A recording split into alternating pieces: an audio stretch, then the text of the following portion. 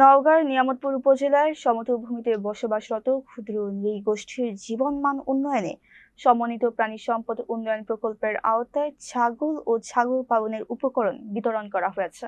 সোমবার সকালে উপজেলা প্রাণী সম্পদ দপ্তর ও ভেটেরিনারি হাসপাতাল প্রাঙ্গণে আয়োজিত অনুষ্ঠানে আনুষ্ঠানিক উদ্বোধন করেন নওগাঁ ১ আসনের সংসদ সদস্য মোহাম্মদ মুস্তাফিজুর রহমান। উপজেলা নির্বাহী কর্মকর্তা মুর্শিদা খাতুনের সভাপতিত্বে অনুষ্ঠানে বিশেষ অতিথি ছিলেন সহকারী কমিশনার রেজাউল করিম, থানার অফিসার ইনচার্জ মাহবুবুর রহমান, উপজেলা কৃষি কর্মকর্তা রফিকুল ইসলাম ও উপজেলা প্রাণী সম্পদ কর্মকর্তা আব্দুল্লাহ আল মামুন। 50 কেজি খাদ্য, 5টি খাঁচা, 2টি টিন ও 4টি ম্যাট দেয়া হচ্ছে। আজ প্রথম দিনে 150 জনের মধ্যে ছাগল ও উপকরণ বিতরণ সম্পন্ন হয়েছে।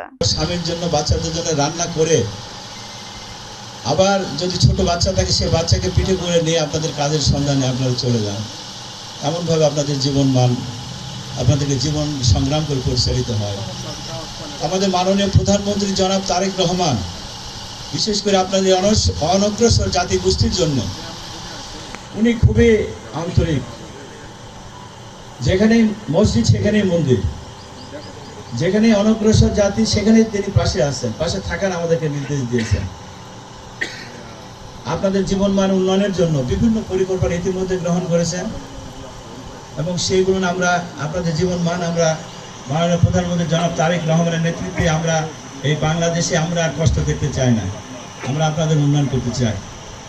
আপনারা যাতে শান্তিতে থাকতে পারেন, মানসিক শান্তিতে থাকতে পারেন, আপনাদের ধর্ম কাজ যেন আপনারা ঠিক মতো করতে পারেন, আপনাদের কৃষ্টি কালচারগুলো যেন আপনারা ঠিক মতো করতে পারেন, আপনাদের অসুখে বিসুখে এই চিকিৎসাগুলো যেন আপনারা করতে পারেন।